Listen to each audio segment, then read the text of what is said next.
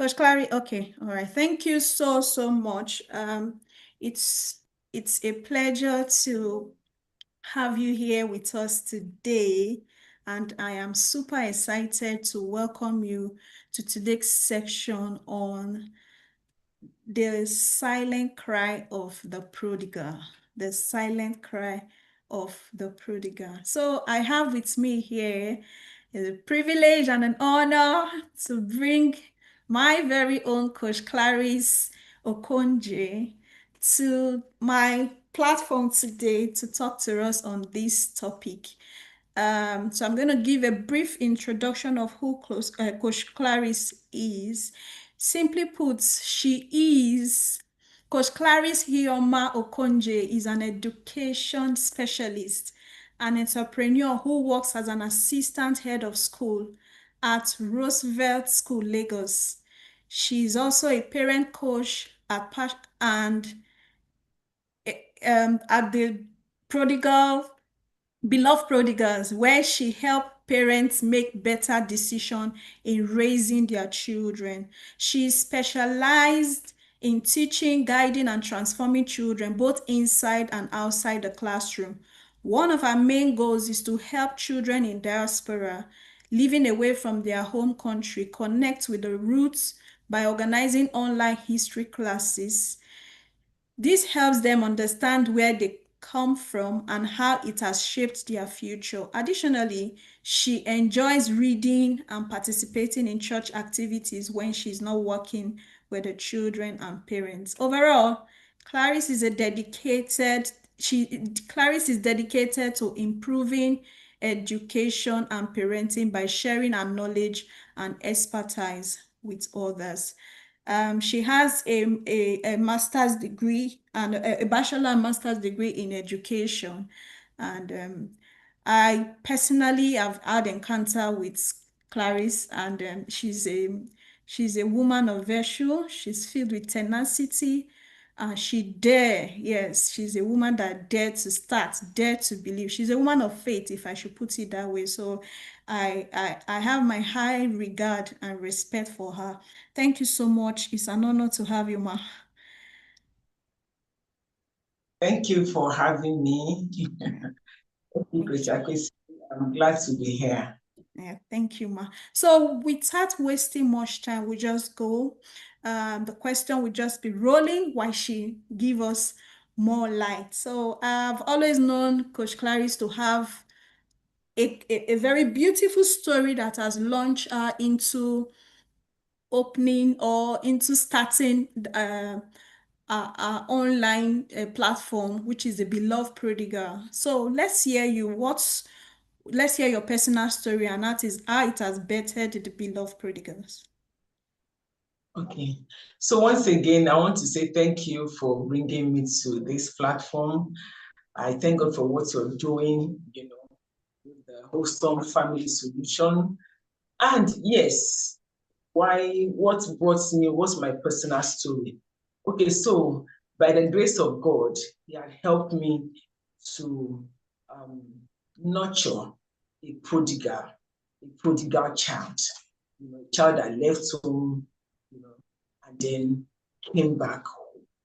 So that's the lessons I learned, the stages I went through, the knowledge that I did not have, the ignorance that I displayed, the yearning in my heart afterwards made me to say, as God has helped me, let me also help other parents that might either be in my shoe, be in those shoes that I wear that time, or unknowingly is walking into those shoes. As God has helped me, let me also help them to be able to navigate their way into parenting a child who we call prodigal. So that is what created my online story. Thank you so much, Ma. I usually tell people that your ministry is not far from the things you have experienced. So people tend to say, what is my calling? What is my purpose? What is my ministry? It's not far from your experiences. And I say that your experience is your biggest asset. Nobody can take it from you. it is your experience, is your experience. It cannot be like any other. So I want to celebrate you, ma, for being able to convert those years of pain into purpose, and you are serving a generation and building a legacy. So I want to say congratulations to you, ma. So the next question is, many prodigals carry silent pain. What are the unspoken emotions that often fuel their decisions to be rebellious, distant, or hardened to leave home? Okay. So let me say that for every prodigal child, the child's action is a response to something. The child does not just decide to leave home. There is a vacuum that was created. There is a cry that the child is crying. There are tears that the children are shedding. And all this culminates to them leaving home. So what are some of these cries? What are some of these vacuums? The first major one is lack of connection. Lack of connection. This child, at home, where she has been, I'm a part of this family, I'm a daughter, I'm a son of this family. And then the child cannot connect to either the mom or the dad or both of them. The child is disconnected emotionally. The child has nobody to confide to, nobody to confide with. Another reason the child might be shedding those tears and then decide to leave home ultimately is when there is favoritism. You see, some families, you prefer this more than better than this person. This person is doing well academically, this one is doing well academically, this person this person that. And we don't know that we are piercing daggers in the hearts of these children when we choose one above the other. Another reason is that one of the major reasons is that the child feels unloved. There is no love in the home. There is no hugging, there is no chuckling, there is no touching the cheeks, there are no pet names, there are no high fives. The child feels unwanted, the child feels unloved, the child feels I am not in the right place. And so the smallest opportunity that child has, even when we say they went with a man or they went to stay with their friends, they are looking for love. Even when we say the loves are fake, they have not tasted the real love. So how would they know that this one is fake? So living in an unloved home can make a child to leave home unceremoniously. Another reason is the dysfunctional families. Families where everybody does their own thing. In the morning, you wake up, you take your bath, you leave. Mommy wakes up, takes their bath. Father, this one, you come back in. The house is like a hotel. Everybody does what they like. There is no synergy. There is no rallying point. Another reason why a child might leave home unceremoniously is when there is no shared values. There is no shared vision. There is no unity. There is no time. Okay, let's talk about dinner time. Let's have a story time. Let's read a book. Nothing like that. Nothing like, okay, so what happened in school today? How does that tie into what we do in our family? Nothing. Excuse me. There's nothing like that. The child feels that, oh, everybody does their own thing. There's no unity. So when the child happens to get to a community, maybe a friend's house, maybe she goes out to somebody's place and then she sees them discussing. She's like, wow, so you mean that people sit down in the family and talk like this? And then she begins to say, how can I transport myself from this family to that family? And if they cannot even go because they will not be accepted, then they decide to run away. Because now they see that there's something other than what I'm seeing in my family. There's something that is attractive in a family. So when there is no shared vision, when there is no unity, a child might leave home. Another thing is when there is detachment. When you are looking for, want to outsource your parenting, every morning you pack your children to your neighbor's place. Every holiday you pack them to your sister's place. Every little break, meet them, you're taking them, in the morning is daycare, in the afternoon is after school. So the child feels that, am I really wanted? Am I wanted? Am I important? At every point in time, I am not with my parents. I am somewhere else. The mother is not there. The father is not there. So the child begins to look outside, begins to love outside, begins to escape, find a way to escape from the home. These are some reasons why these prodigals are shedding some silent tears. And guess what? They won't tell anybody because there is no connection in the first place. They won't dare to talk to you as the mother or as the father, because in the first place you created the vacuum. So how would they relate with you? So these are some of the factors that the children are crying deeply. And as I know, that when there is a cry that you cannot say out, it hurts more than the one that you can express to somebody. But in this case, there's no one for them to express it to. And when they finally express it, it's to the wrong people. So these are some reasons why children, these prodigals, decide to leave home. Thank you very much, Ma. Thank you so much. There is an adage that says a child does not mind burning a village just to feel the warmth, you know? So a child can do anything actually to gain attention. Anything and everything just to gain attention. That's why you see my little child, he will just cry. Oh, use body to his cry. See, it's an error to say you are crying for nothing. It cannot be for nothing. That child needs an attention, So, Exactly. and also from when you were speaking, what I just drew out from there is, do we actually understand our season of life? Do you know that this child today, he or she is going to leave you tomorrow? So if you understand that it's a season, you will dare to give the necessary attention and affection that that child require. Thank you so much for sharing, my dear. A lot of lessons to learn from there. So of course you mentioned favoritism, lack of emotional connection, a child feeling unloved, coming from a dysfunctional family background where everywhere is chaotic. The child just say, what is all this?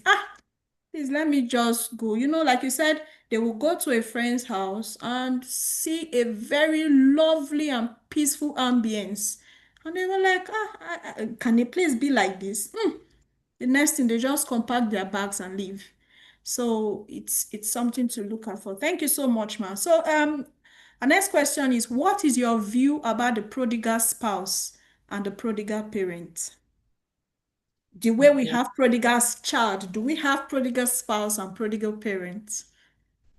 Of course. Okay, for prodigal spouses, sometimes I'll use two instances. You will see a woman, she will tell you that, oh, I'm fed up. My husband is always picking at me. Nothing I do is good in his sight. And she had been in that marriage for 10 years, a decade. And then one day, she packs her things, little bag, and she's gone. As in she had disappeared, as if like wind, you know. So it is possible that a spouse will leave the home.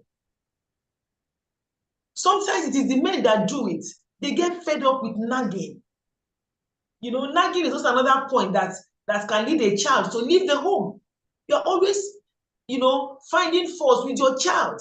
Nothing the child does, is good.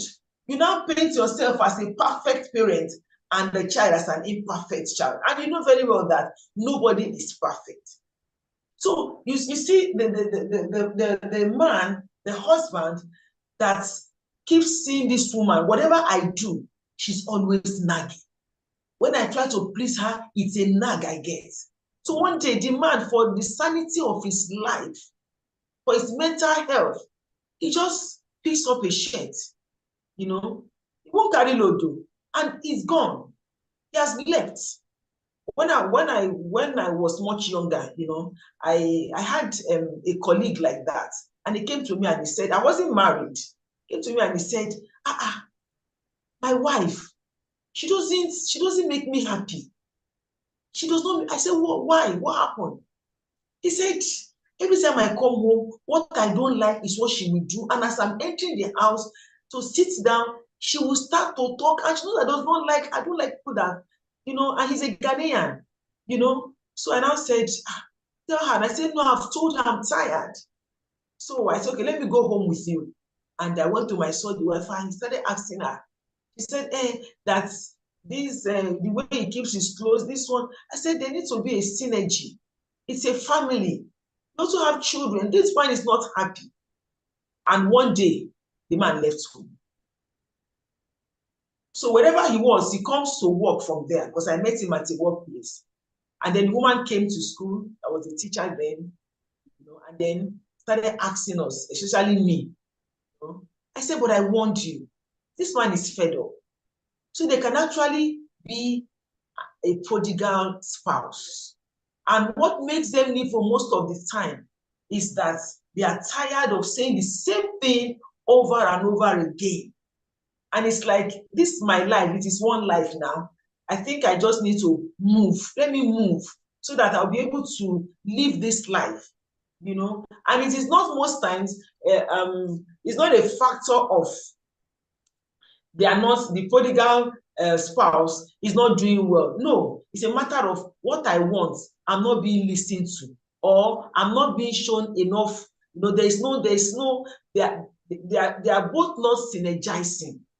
Okay, but to balance it, we also know that if a man has been telling you that, oh, I don't like the way you cook, and you say, well, that's how I was brought up, you don't want to change. Maybe you don't just want that marriage anymore. Or your wife is telling you, dear, the way you wear boxers, you wear one boxer for 1 week, I don't like it. And the woman has tried. She has bought another set. You still tell her that this is 2 or 3 days.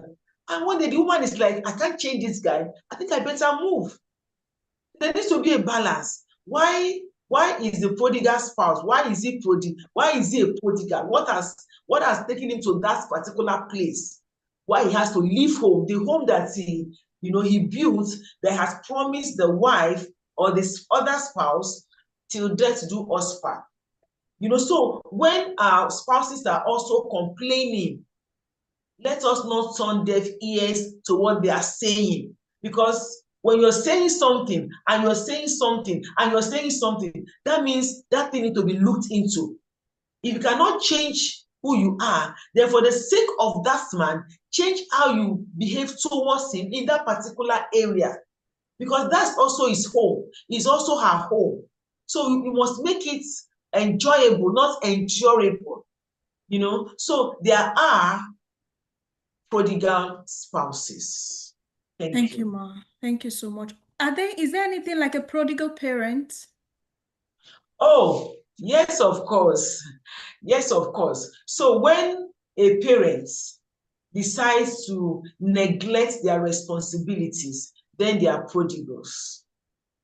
When they decide to, flagrantly say, like I was talking this morning with somebody, and you see some young men, maybe a teenager, get another teenager pregnant, and for the shame or for the fear of what the parents are going to say, denies that pregnancy, denies that girl, betrays her trust, and leaves the load for 2 people, for 1 person to carry. And now the shame is not only the fact that you committed immorality, but double now that even your partner has removed his hands from your story. So that boy becomes a prodigal parent. And then years later, most times, he comes back and says, I want to claim that child.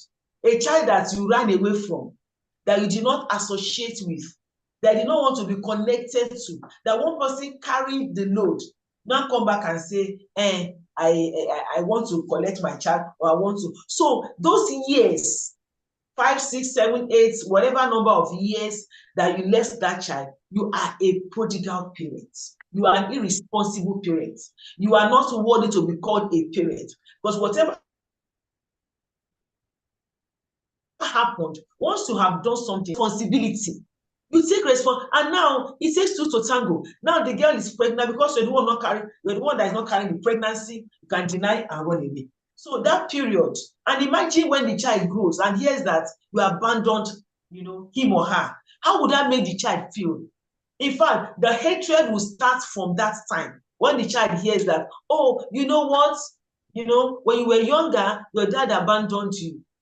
Even when you try to correct that error, the child already feels that you are not worthy to be called a father, especially for with men, because of course the woman carries the pregnancy, so there's nothing like denying the pregnancy. So it's possible to be a prodigal parent once you do not accept responsibility as a parent.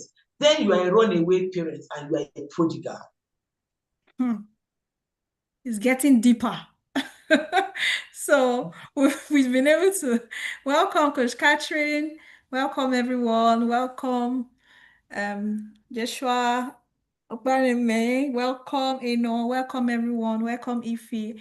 I can see you. Thank you so much for joining in. Yes, so we've been able to identify from this that we have the prodigal child, there's the prodigal spouse, and of course the prodigal parents. So it's all about you taking a step to say, I'm running away. I don't want to associate with this family anymore. And right, like she has rightly told us that these things, it's not just a one-time event that leads to that decision. It's something the person has pondered on over time. He has been asking himself, possibly has discussed with friends, I've just been ruminating on it. And one day, one day, you just see the person leave. So these things are real. People are facing it each day. So they are real issues. So the next question, Ma, is how does dysfunctionality in the family background amplifies the silent cry of the prodigal? Okay, so what do we classify as dysfunctional? Now, when there is no synergy in a family, when there is no rallying points, when everybody does what they want to do, when they want to do it how they want, nobody is cautioning anybody. Okay, and this can come in various ways. It can be like a single parent, maybe a single mom. Maybe your husband died, or you just had that child out of wedlock, and then because you feel that that child has only one parent, you want to over pamper that child. That child does whatever he or she feels like doing in that particular place. That is dysfunctionality. And when a child grows in a kind of family where there is dysfunctionality, the child has a vacuum in his or her heart. There is an unfilled space. There is something that should happen that is not happening. And children are very sensitive. Children are very, very sensitive. So if you are not conscious enough, if you are not a parent that is equipped, because I think what happened to me was that I was not equipped when this happened to me. So that's why even in my YouTube and my Zoom place online, I tell parents, you don't say that I can parent my child the way my mother or my father parented me. We are not in that age anymore. You need to attend courses, you need to read books, you need to, strive to know more. So I remember one time, my daughter, I think she was like 10 or 11, the school bus dropped her. She entered the compound and then she came upstairs, and then she was like, oh, mommy, mommy, she meant it was a Monday, mommy, mommy, somebody, she mentioned the boy's name, said, my hair is fine. Where is that coming from? I said, but this same hair, I said it was fine yesterday. They say, mommy, you not even look at it. So I remember that, yes, I was busy in the kitchen when she came back from the salon. So I said, Mom, you see my hair? I said, it's fine. I didn't look at it. And she noticed. What was I doing? I was getting things ready for the week, for Monday to Friday. I wasn't sleeping. I wasn't with my phone. But what I was doing was right. But in that particular minute, she needed me to look up and to touch her hair and say, oh, my princess, this hair is fine. So when a boy told her, small boy, she was just 10 or 11, said the hair was fine, the validation was so much in her heart that somebody admired the hair because I did not do enough. I didn't look up. I didn't connect with her. I didn't look at her eyeballs. I didn't touch the hair. So there was no emotional connection. So in a family that there is dysfunctionality, you will see that nobody is connecting with anybody. So the children are not, the love tank is empty. There is no love in their heart. They don't feel loved. It's just like the house is a hotel, like I said earlier. Everybody just comes in and goes away. So there is no connection. So the children feel like outsiders. When they come home, is to sleep, to eat, and to take their bath and to move again. They learn to look forward to at home that, oh, when I get home, I will get a hug. When I get home, my mom is going to, ask me how was my day. My daughter came back from camp on Saturday. From the gate, she was like, Mommy, I'm back. And I ran out. I said, my baby is back. How else can you welcome a child than that? I didn't spend a naira to jump out and hug her, but I'm sure she won't forget that hug. In a dysfunctional family, that will not happen because nobody cares. Even the camp said the parents will pay, but do they care that you're not there? Do they care that you are back? So this fuels a rebellious attitude because the prodigal child is living to show. They are living to show rebellion. Like I said, their living is a cry for attention. Their living is a reaction, not an action. It is a response to an action. Who started the action is the home, is the parents. So there is a vacuum in the hearts. There is a vacuum in their lives. There is an empty tank that needs to be filled. And when it is not filled, they are bound to, just pack their bags and they're gone. Thank you so much. So, other characteristics of dysfunctionality could be manipulation. You try to manipulate your children, and you tell and you call it discipline. To manipulate them into what you want, not hearing their own side of the story, or so manipulation, then control. You know those kind. So that kind of setting can actually a child can just enjoy it for a while, but it's not sitting well.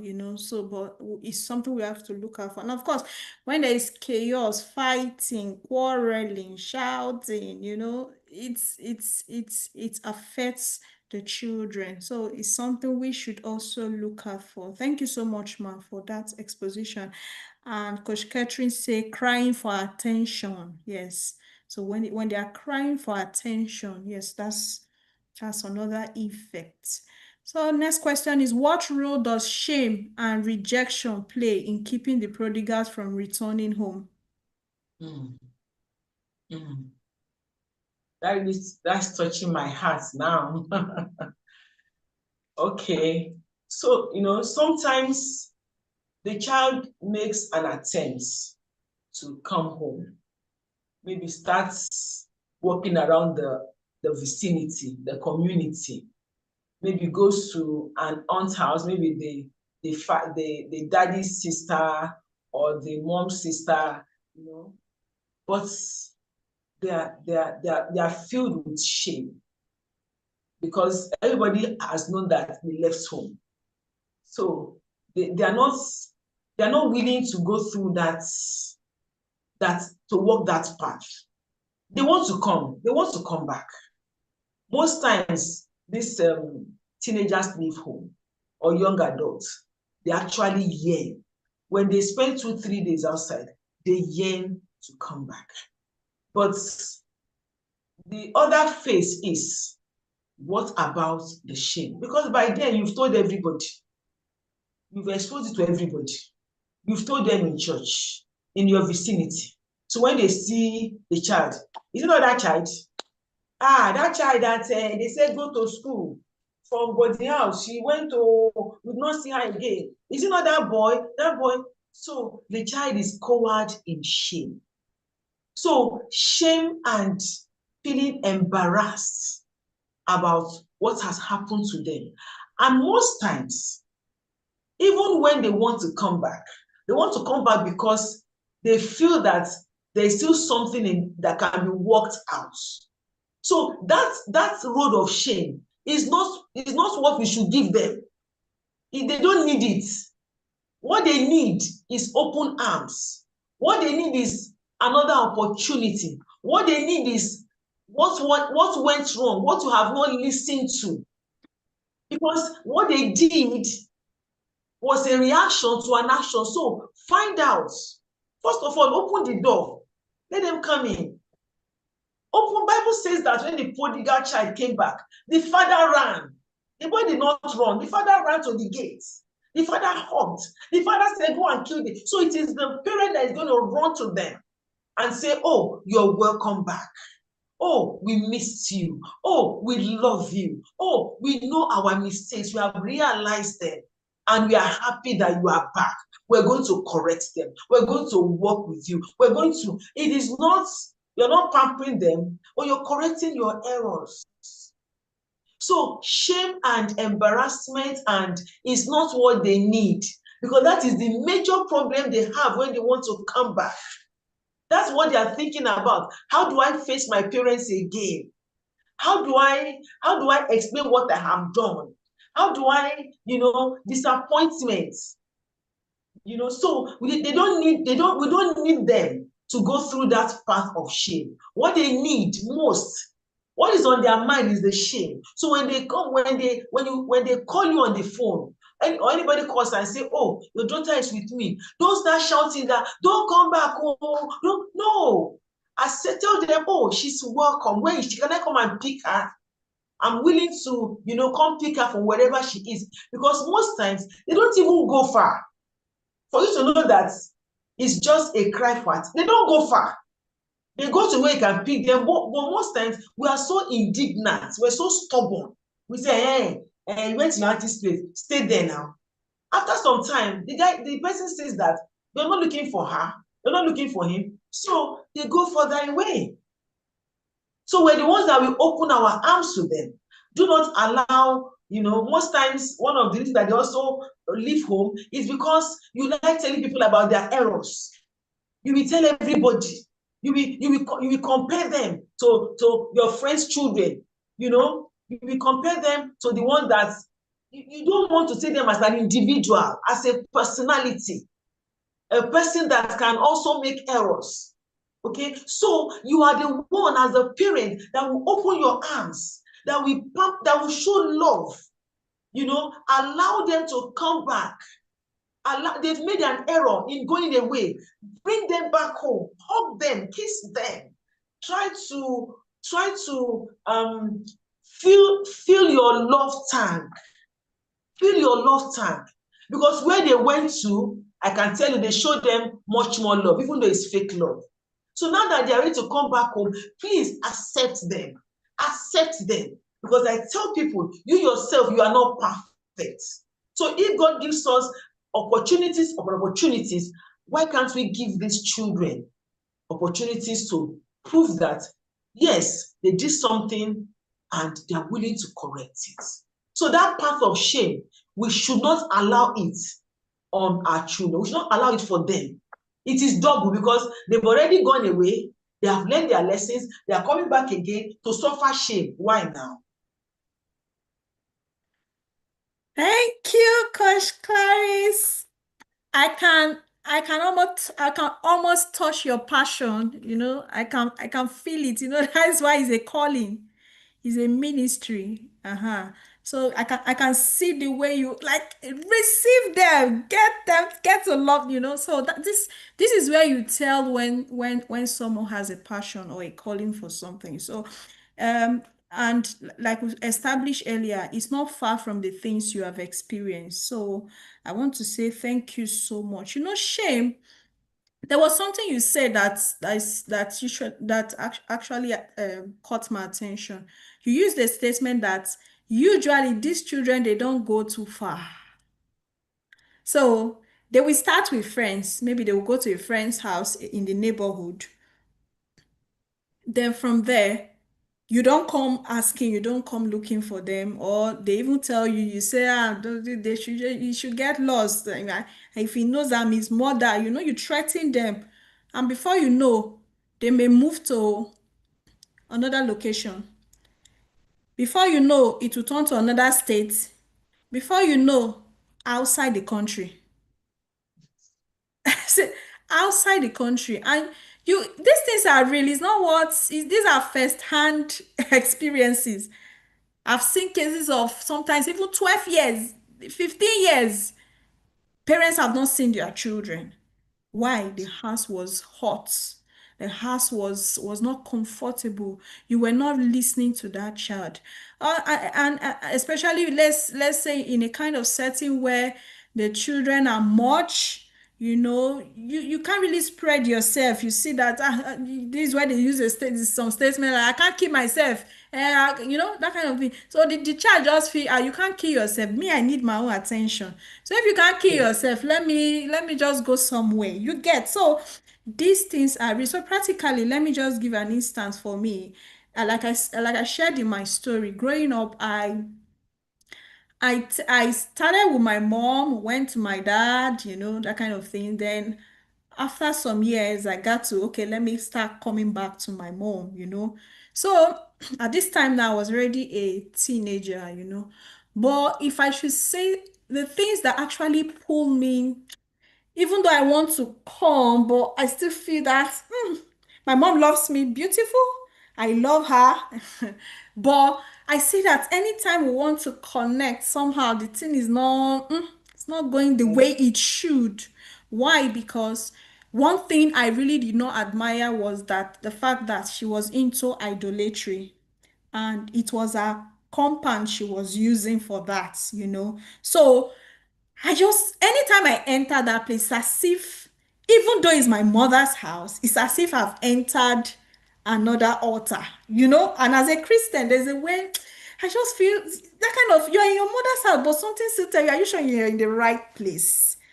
Or they are doing some things, they are making some concoction, they are cooking some food. It got to a point where, in fact, I have to distinguish the type of food. If I see that, I have to distinguish which one is actually my mother's food from the one that is from the sacrifice. I don't know if you get it. So that in itself, even though I did not run away as a prodigal child, but I felt I could have bonded with my mother much more better. So it's and because another effect I also had with that, because she had a lot of, in fact, my mother had followers. My mother's followers was massive. So everybody, because she also has the healing grace. She was indeed, she was blessed, but just that issues of life played that, and she started well at church, but somehow, diverted this kind of. So I, because of that, people, because she has the healing grace, in fact, I've practically had a dream and I saw that my mother had similar dream. It was then I knew that God called this woman, just that the devil is trying to do something here. It was so in a sense it was real, but So she had followers. People could always see, and she has a good heart. She was a giver. She was, so everybody was just on her. She was the mommy of everybody. Mommy, mommy, mommy, mommy, mommy, everybody, mommy, mommy, mommy. So when I get there, I want to have her. I for one, I like attention. I like that me and you, let's talk. So I want to have my mom all to myself. Like, okay, I'm not this child that is staying with you. Now that I've come, just give me that time for me, like me, myself, and you. So I will just come before you know, in 5 minutes, mommy, mommy, mommy. I'm just like, not again. So even to the point, I just had to, as a teenager, I had to bottle these, and I told myself, okay, I said, by the time I get married, I'm going to marry properly. By the time I get married, during my omugo, my mother will come. I will camp her for 6 months, 1 year. She will stay with me. She won't go anywhere. I was envisaging that. When I give birth, the things were much. And the things pulling her were much. The children were there, grandchildren were there. Then the other people, mommy, her were there, mommy here. She, because she also had, she treats people from stroke. I'm just trying to say that even your so-called career or business can distract you from from this bond we're saying. She treats people of stroke, the people are there, so she treats them and they are getting results. So referrals are just coming from different places. So when she came for this so-called omugo, I in my mind was like, now I have heart of myself this time. Nobody will take her from me. Oh. This my mommy I've been craving for since. But my darling sister, she really could not stay because the call, the everything, and there are things that if she does not do them, nobody will do them. So but where I had grace was I had to understand that yes, this is what is happening to her. This is where some children will just take offense and say, my mommy hates me. You don't like me. Like that. So I just had to understand this situation. Sometimes we need to extend grace, understand why the person is doing, behaving, or the circumstances around the issue. So you don't just take offense. So that could have created and hatred for me to say, my mom don't like. My mom will buy. In fact, she will buy all everything. She will just buy stock everywhere. She will call you. My mom can call me up to 50 times in a day. She will give you all the calls. Are you okay? Are you all right? What about the kids? This one, how is the baby? Is he doing well? Is he doing this? She will give you all that. But way beyond that, I was looking for me and my mommy, just me and her alone, just being together, just being in our on our lap, just talking with her. So I'm just trying to I'm sharing this to also buttress your point that sometimes this connection is what we're just looking for. Like who will touch us, who will feel us, that kind of thing. Just you and I, that kind of thing. So I just want to say thank you so much for bringing these things to light. And I know as we're speaking, as we're saying it, narratives are changing.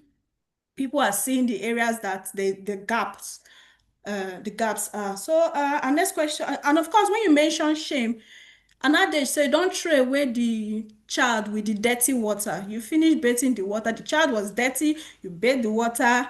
You bathe the child. You put the child in a bowl. You bathe the child. Then you want to throw away the child. Another way this thing plays out is you find out that a teenage girl, she's pregnant, and you now say what you now do is because she's pregnant, she should just leave your house. You don't want to see her, you don't want to know anything. And even when this child now dare to come back and say, mom, dad, I think I can still go back to school, I think I can still make a meaning out of my life, you just close the chapter of that child and say, no, it's not me. So like you said, that's not being adamant, or to say, it's my rule, this is how I live, this is how I do it in my house. So sometimes we just need to be, as parents, we need to be a bit flexible. A bit of flexibility is needed. Thank you so much, ma. So our next question is, what practical step can parents take to create a safe emotional space for a prodigal to return? Okay. So, number one thing to create that safe emotional space is for you yourself as a parent to accept that you are the causative agent, to accept the fact that you failed in a way. When I started parenting my child after she left home, I took all the responsibility. I accepted all the faults. I apologized to her. I still apologize to her several years later. I still, anytime I would say, you see, mom is okay, mom is fine, I understand. Understand, then you didn't know. So number one thing is accept. Don't blame shift. Don't don't just look for anybody to just because you did this. You should know better. You are the parents. So accept that you did something wrong. Even if your child decides to leave home for a nonsense reason, and you don't go looking for that child, you are wrong. You are wrong. If your child decides to, maybe she went to a party and she didn't come back, and you could sleep in your house till the next morning, and you don't go looking for that child, and you say, when she finishes, she will come back home. She will come back and meet me here. You should know better, because you are the parent. So number one, accept the fact that as the parent you failed. I don't hide mine. That is why I can even come here today to say it. I failed. I failed my daughter. I failed her. I failed her. I failed her. Yes, it's several years back, but the harm was done. So I accepted. You must accept that you are wrong. You must accept that you caused, whatever that went wrong. That you did not know any better, if you are ignorant, but you are wrong. You are in the wrong.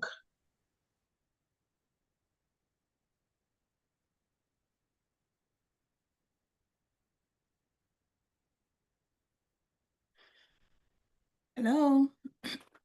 So, because if you don't get this foundation, when the child, it happened to me, you will still do the same in another way, and the child will still go away. So, number one, accept that you are wrong. Accept that you did something that is not right. Put the whole blame on yourself and tell the child, whether it's 13 years old, whether 15 or whether 21, my dear, we failed you. We are wrong. Whatever you did as a cry for attention. We did not see it as such. We labeled you.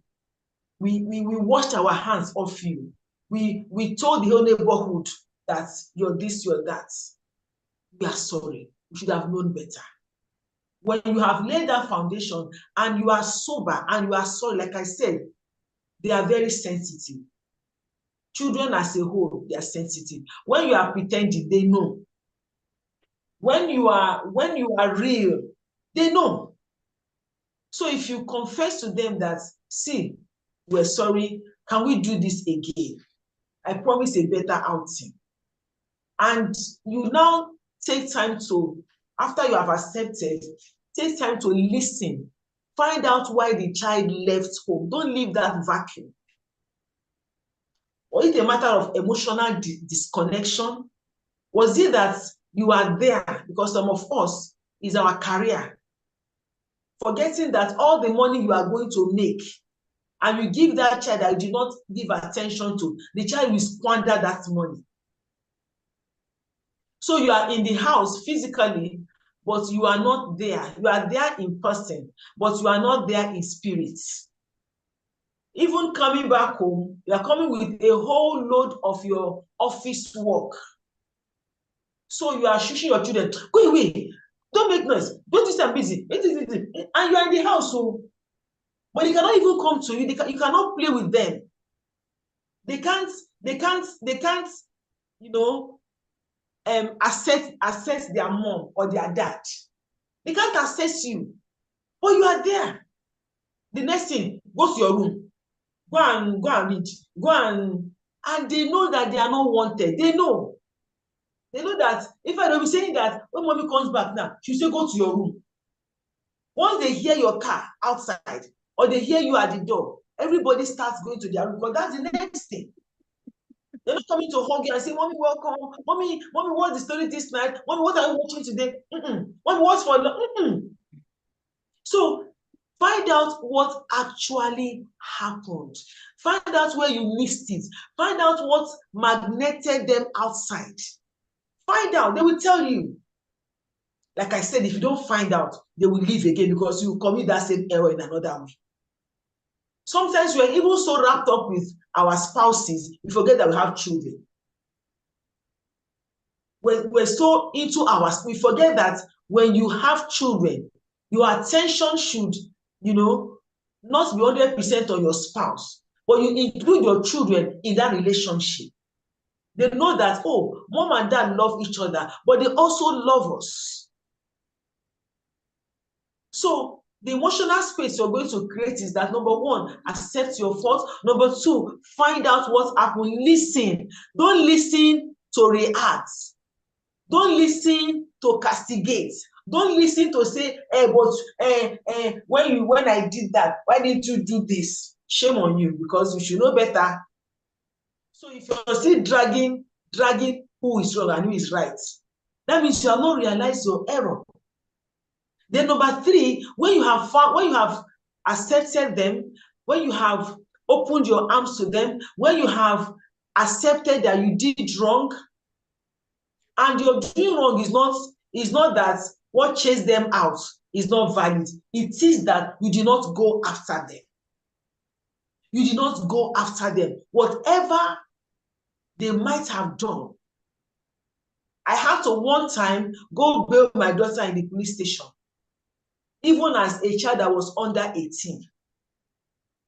But I was not ashamed. She's my daughter. She's my daughter. My husband was so embarrassed in that police station. He was supposed to remove his shirt. He was supposed to remove his belt like a criminal. But we knew that we did something that pushed her out. So we went to bail her. Bail her with tears of joy that she was coming back home. So accept them, open your arms to them, find out what happened, where you missed it, so that you don't go and do the same thing again. And then give them a new platform. Give them open and don't, there's another prodigal child that I know, when she came back, fortunately, her mom died and she stayed with one of my relatives. And then whatever she does, they'll say, hey, that was why you left on that time. Any small thing the girl does, that's what made it to. And the girl, one day, they woke up, they did not see her again. You kept, because you've not listened to her story. You've not found out where you went wrong. And so you're still taunting her, making her feel bad. So they woke up one day, has left again. And she came back I think 10, 12 years later. She's back now. But most of the error that happened then would not have happened if when she came back the first time, the brother she stayed with was not teasing and taunting her and making her feel like, I was like, why would she say that to her? This girl is just recovering. I think she's happy that, all what happened to her. She went through so much. And we're not even feeling for her. She was just, I think, 13 or 14, and she was violently, sexually abused, and she came back, and you're telling her that's why you went away the other time, and because we're misbehaving. Okay, no problem. Let me continue my misbehavior. And when they woke up in the morning, she had gone to the north from Lagos. So if even the other children, you need to talk with them. You need to involve them in the conversation. See, your sister was not home. Now she's back. We need to accept her. We need to show her more love, draw her closer. It's going to be a whole family conversation so that that shame will not be there. So the onus lies on the parents because you started that trade. Even if the child was responding to what is not, you as a parent ought to know better to bring that child back and say, oh, sit down. What you were interpreting is not like that. I'm sorry that that's how you saw it, but that's not actually what we meant to give you. We're sorry. Please give us another opportunity. So that is the emotional safe haven that these children expect when they come back. Thank you so much. So, what I was able to draw out from there um, is that parenting should be learned. So I realized that we take all the years to go to primary school, secondary school, university, and to acquire just one degree. And when it comes to the issue of marriage and parenting, we just feel a 3 months crash counseling section where as they are even counseling, your mind is in the wedding clothes, the party, the cake. The man is like, huh, where can I behold my woman? Where can I hold my woman? Nobody is really listening. And you think that crash program is what you use to do marriage and parenting. So what I was able to learn from you now is there is a journal we need to learn. We need to learn and don't do it. Don't say my parents did this to me and I turned out well. No. Are you sure you are really well? So that is where we really need to learn and unlearn and relearn.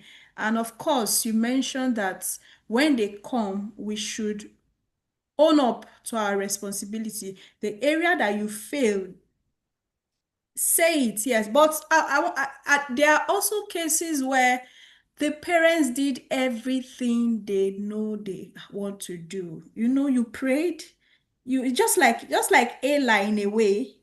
Eli did. Eli was a priest trying to, although he failed in terms of discipline.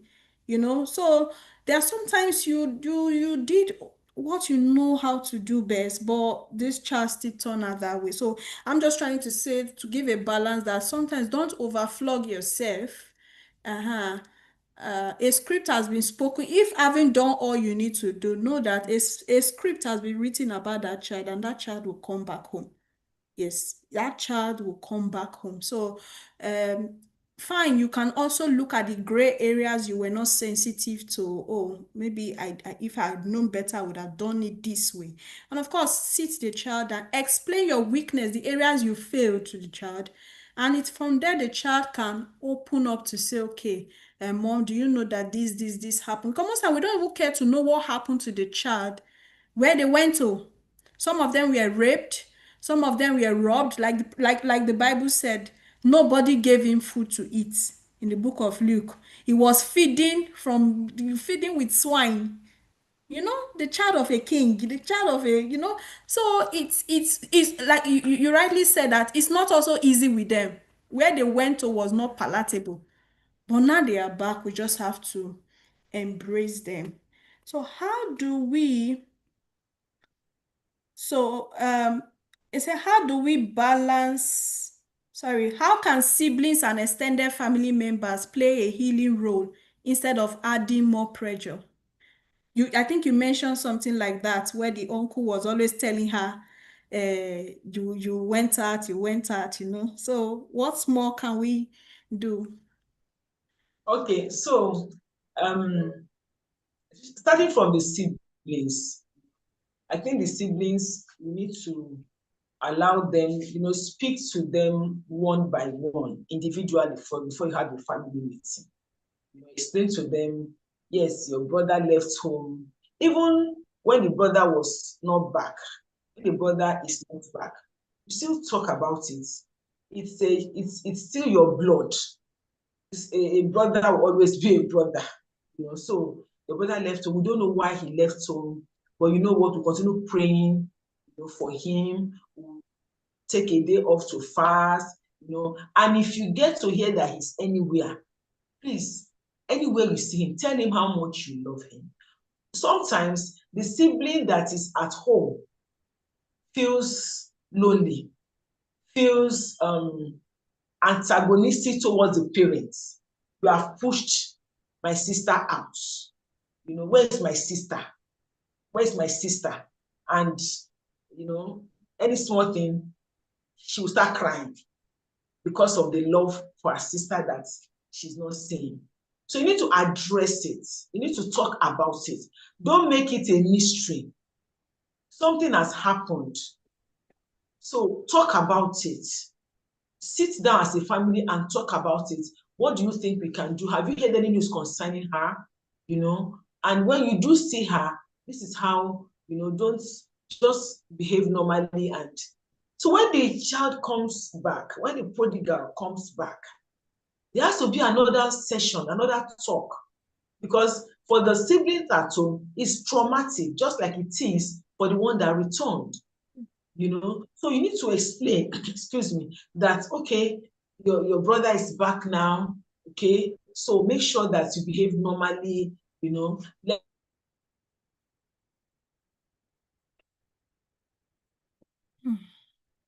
Hello. Hello. Network.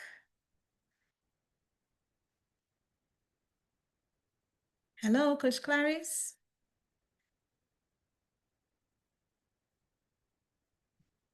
Yeah, so the network is acting up. So I believe we are actually learning something here.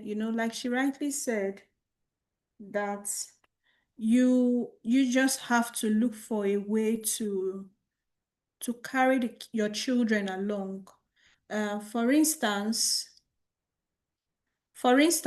we find out that in the story of the prodigal son, when he came back, there was this elder brother syndrome that played out because he felt, I have been here all the while. You've not even done anything for me.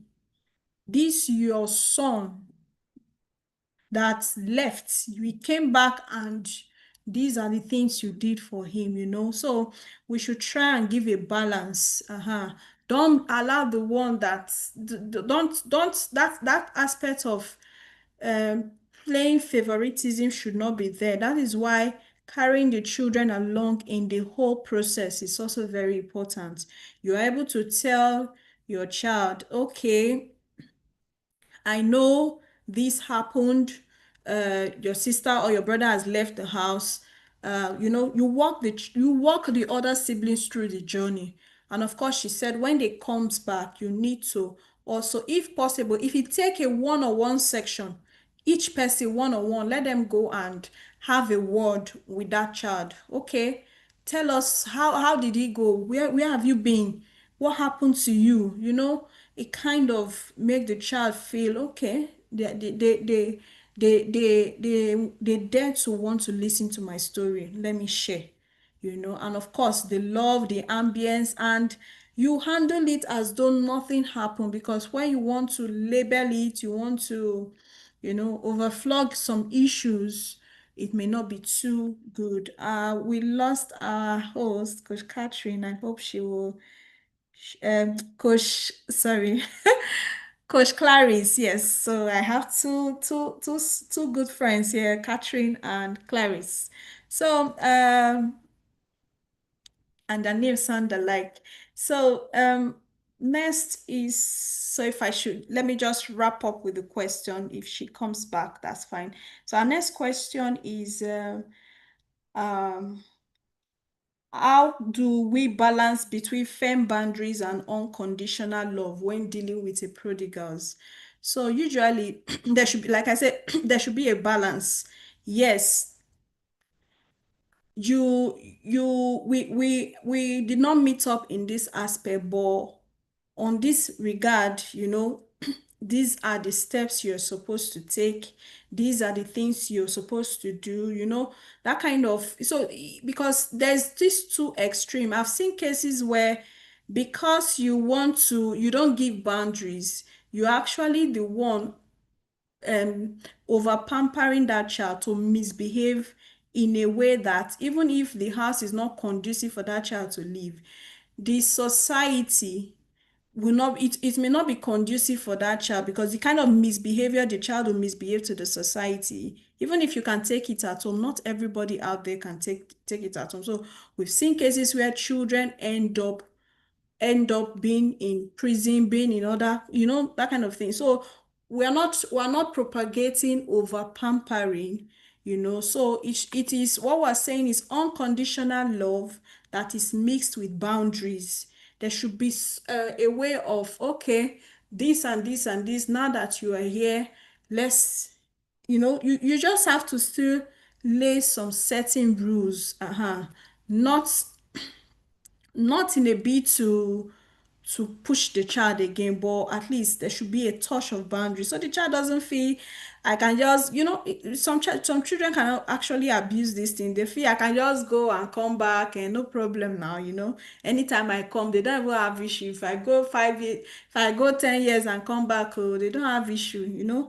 So there should be a touch of boundaries even while applying unconditional love. The next question is um, the most powerful factors in restoring prodigals. So we have prayers. Seems many parents say, I have prayed, I prayed, I prayed, I prayed.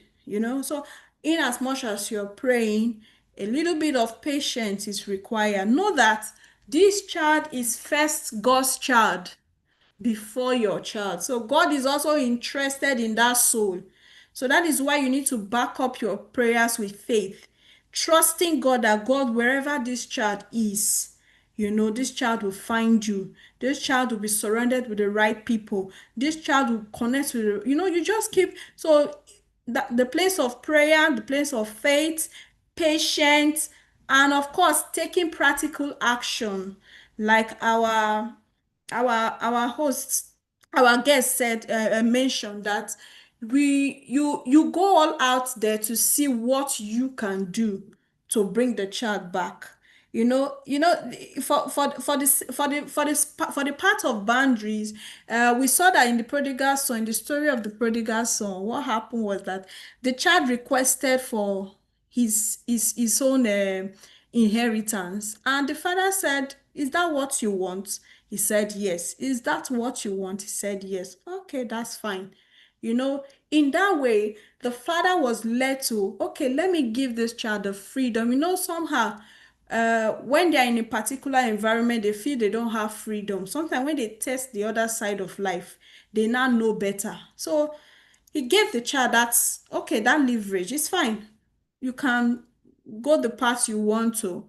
So when the child actually went, he tested, he saw that, where I was coming from was better. The child was able to come back because he knew that that place was actually a better space for him. He now appreciated everything that the father has been doing for him. So that's where the place of practical actions, the father took time to ask, is that what you want? Possibly told him the disadvantage, the issues he's going to face. That's why, having done all you need to do, just make effort. So this child has gone, make effort. So the action the father now took, immediately he saw the child coming, he did not say, "Shey, I told you." That was not his first response. I think I warned you. Are you coming back again? He ran out to that child and embraced the child.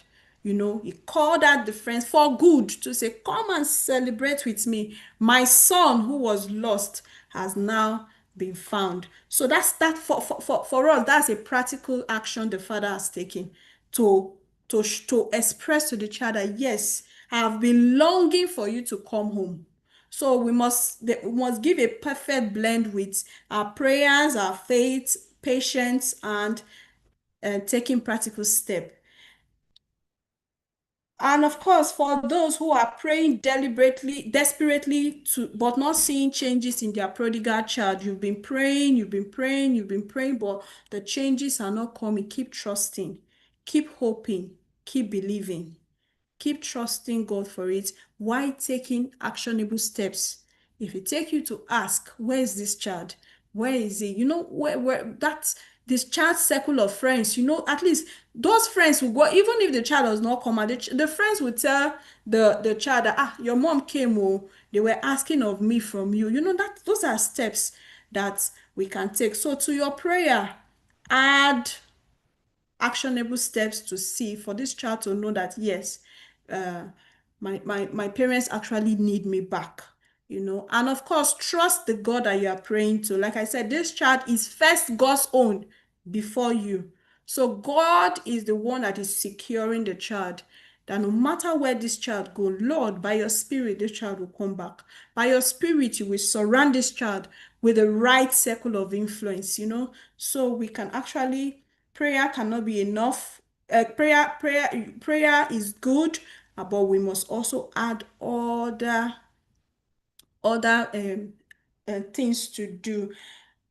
And I want to thank our host, our guest, and the person of Coach Clarice, even though the network threw her out. So I'm really very passionate about her because she's a source of inspiration and motivation. And for those of us that have been on, you could see the passion with which she's saying what she's saying, and I really love that. So it shows that this is more than just a platform, is a ministry, is a call, so she's all out there with the compassion for the prodigals, to save those that are away from home, to call them back to come home.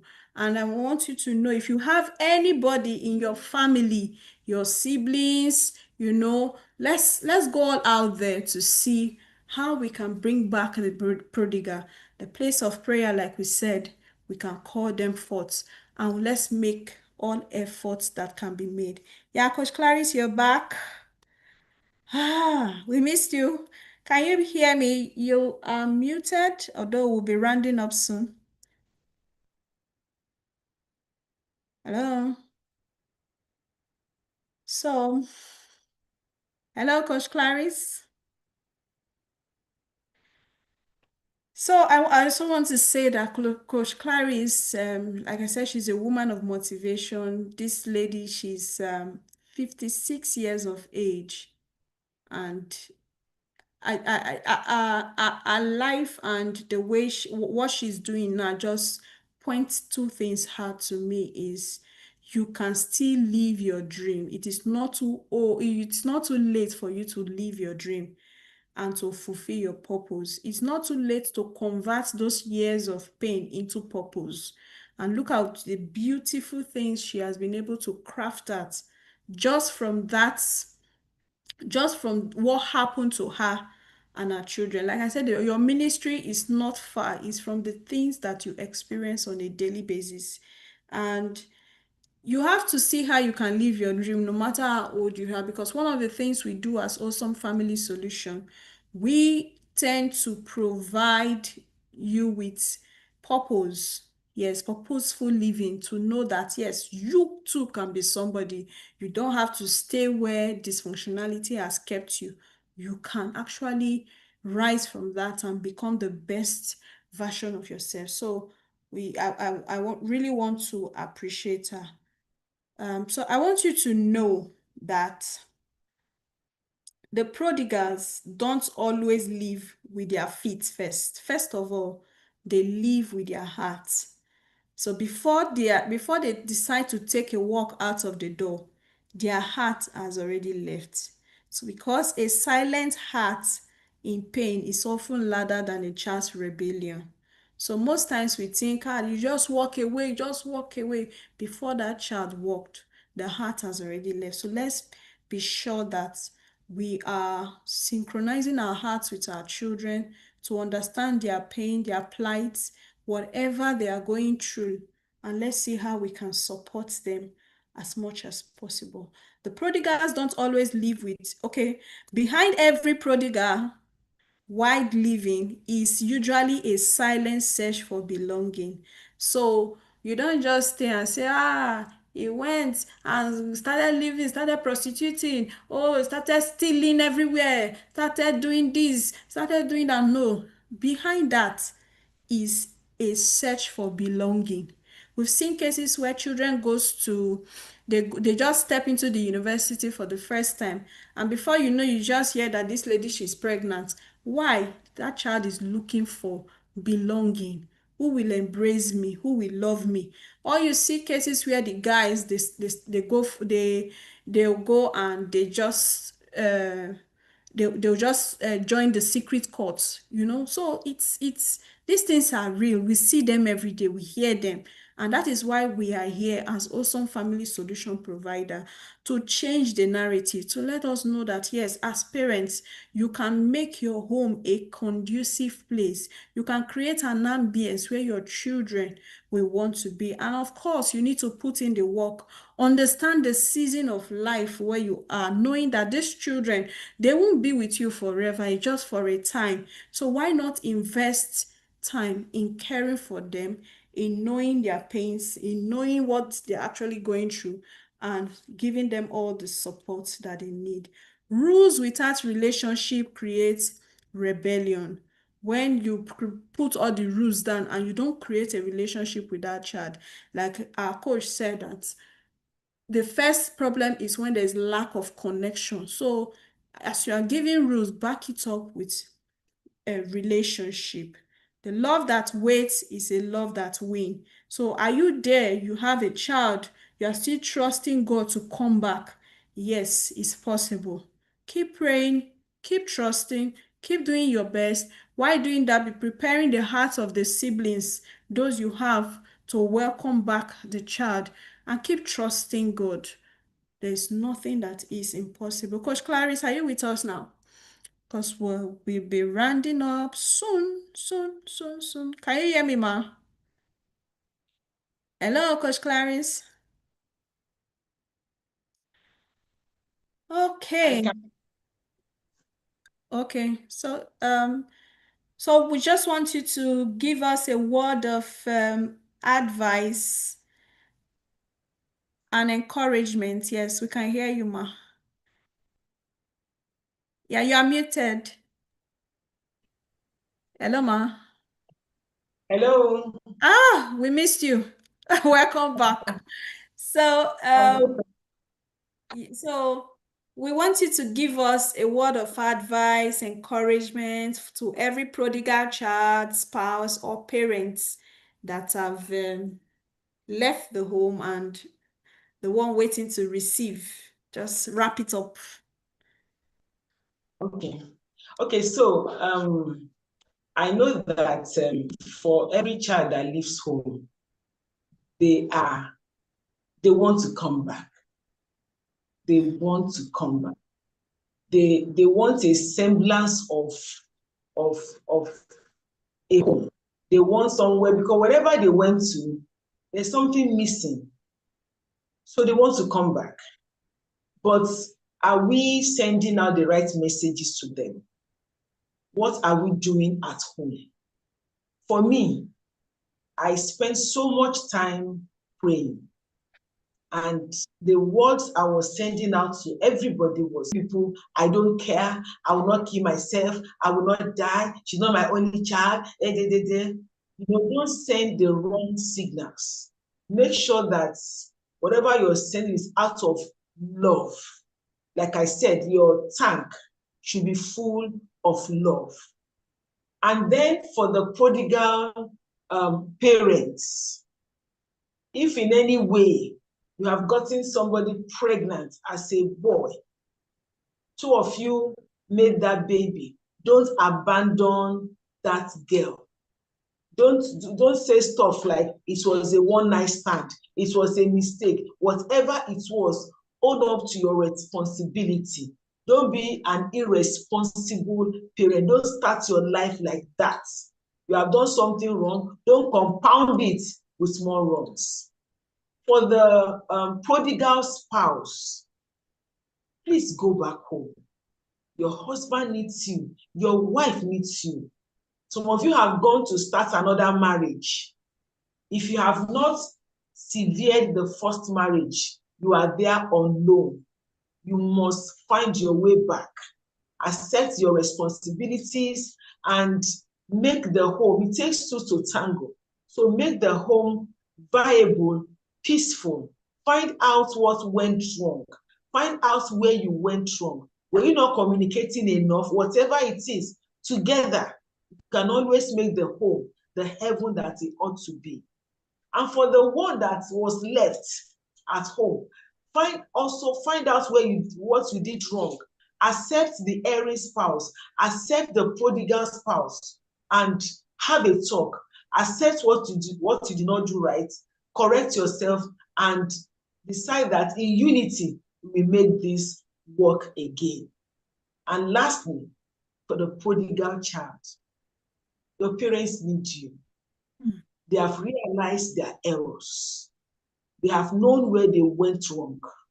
Whatever it will take you, wherever you are, you might be in the environment, you might be in the vicinity, you might be in the state, you might be out of the state, you might be out of the country, you might have married, you might have had children, but your parents are still crying out. And their arms are open, much more than your parents, the Almighty Father, the one that created you, the one that we talk about in the book of Luke, wants you back. Please take that bold step. If you can still remember their phone numbers, please call them this night. Their arms are open. We want you back. And as you go back, that which was missing, the Lord will fill it up. Thank you, everybody. God bless us all. Thank you so much. Thank you, Coach Clarice. You are a wonder to your generation. Like I was saying before, the network did that silly thing. Is that you are a woman that has motivated me. I just stated your age, 56, right? Yes, Yes. yes. And yet you are still able to dust yourself and say, no, I'm not going to sink in this situation. I'm going to convert this pain into purpose. I'm going to rescue those who are going through what I went through. Like you said, you did not know better. But now, see you through your platform of the beloved prodigal, you are now giving people the knowledge that God has taught you over the years. So I just want to use this to encourage someone. It's not too late to start your vision. It's not too late to Yes. live your dream. If as own Coach Clarice can live out her purpose at age 56, look at her looking young. And there's nobody that take up this mantle of God to restore people back to himself because the family is one unit that God invests in. God poured that himself into the family. So she's doing all that, bringing family back together. Oh, how can the lost one come back? See, she will always look fresh. She cannot be she cannot be old because she's doing the lost business. So I just want to say thank you so much. We've been blessed. Thank you. Any question, any we need to go now. Thank you, for joining. Thank you, Coach Catherine. Thank you, Ify. Any question? So, Coach Catherine commented, I think this is why my parents meet. This is where my parents meet. That role of shame. They have told everybody how bad behaved my brother is. He was very close. We used to see him around the neighborhood. I believe this is what made my elder brother never came back. Yes. So these things are real, like I said, it's not I also have another brother I'm also longing to see again. I've not seen him for the past, if not more than 12 years or more. So I also have some. I know these things is sometimes even the financial state of the home can push the child out because you're not meeting up, and this child goes to school, see different things. So there are a lot of things. These things is huge. Time will not allow us to really go in depthly, but I believe we'll be able to touch on one or two areas. So I just want to say, so we don't end up blaming. putting on the blame on the child, tagging the child, a useless child, you were not meant for anything, you are so, that kind of thing. It's not really, we are here joining voice with the prodigal's child that come, you are not all the problem. The problem is not all yours. We understand that there was a dysfunctionality in the system that made you leave, but we are still calling you back now to come back home. Like Coach Clary said, that our arms are wide open to receive you. Wide open. We want you home. Come back home. And she mentioned something. She said, even the siblings, they are also missing their brother or sisters. I said, I'm longing for one now that I need to see. So the siblings are missing their brothers, they're missing their sisters. So it's a the trauma is just everywhere. Where is this person? How can I see this person again? How can we build connection again? How can we come back, to live together again? So it's a whole lot, and it's a ministry. So I just want you to know that if you want to join the platform of our beloved mother and friend, the person of Coach Clarice, please DM me. I will send you the link to our platform, and she operates with the beloved Prodigal. So me, there's no question at the moment. I just want to thank everyone. Let me check our YouTube subscribe. Our YouTube, if there's any question. Okay, nothing at the moment. So I just want to thank you for holding on. Thank you for your time. Thank you for, even when the network threw you out, you find a way to come in and give us a wrap. So thank you so much. Thank you, Coach Katri. Thank you for staying through. Thank you, Ify. Thank you, Eno. Thank you, Joshua. He was here, possibly, maybe he wants to go to church. So thank you so much. I really appreciate this time, and God bless you. And one last word from Coach Clarice before we go.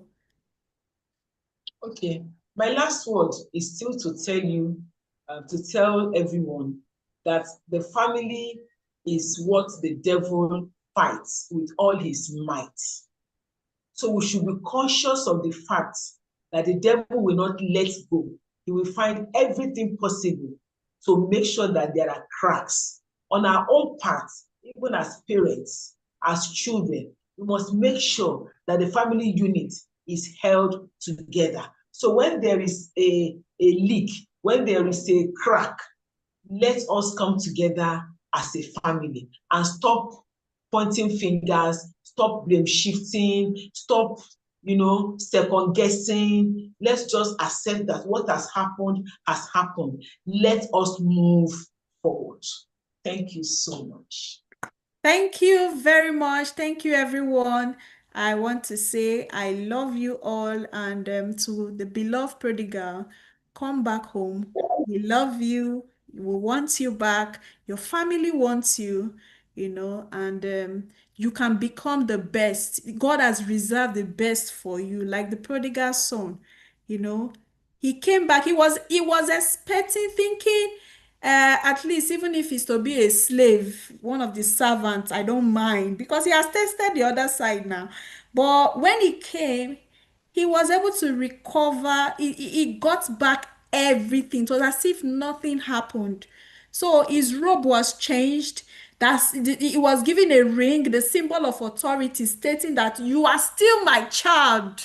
Nothing has changed, and of course his identity was restored. You are my child. So I want you to know that nothing has been, no matter what has happened to you, you've been raped, you've been dealt with, many things has happened, but the fact that you are still alive, please come back home. Restore that relationship with your parents again. And one thing you have to know is your parents, where they are going to, is closer than where they are coming from. So if Yes, it takes you to restore that relationship before anything death happen, please do. I've also seen cases where even when the parents are dead, I've seen cases where the child will go to the grave and cry like, I miss you, mom, I miss you, dad. I'm so sorry for leaving. I'm back again. Just say something, that. So the whole idea is there should be restoration. There should be restoration of relationship, and that's what we are preaching. That is what we stand for. there should be restoration. Thank you so much. God bless you for staying through. Have a lovely, beautiful, and refreshing night rest. God bless you.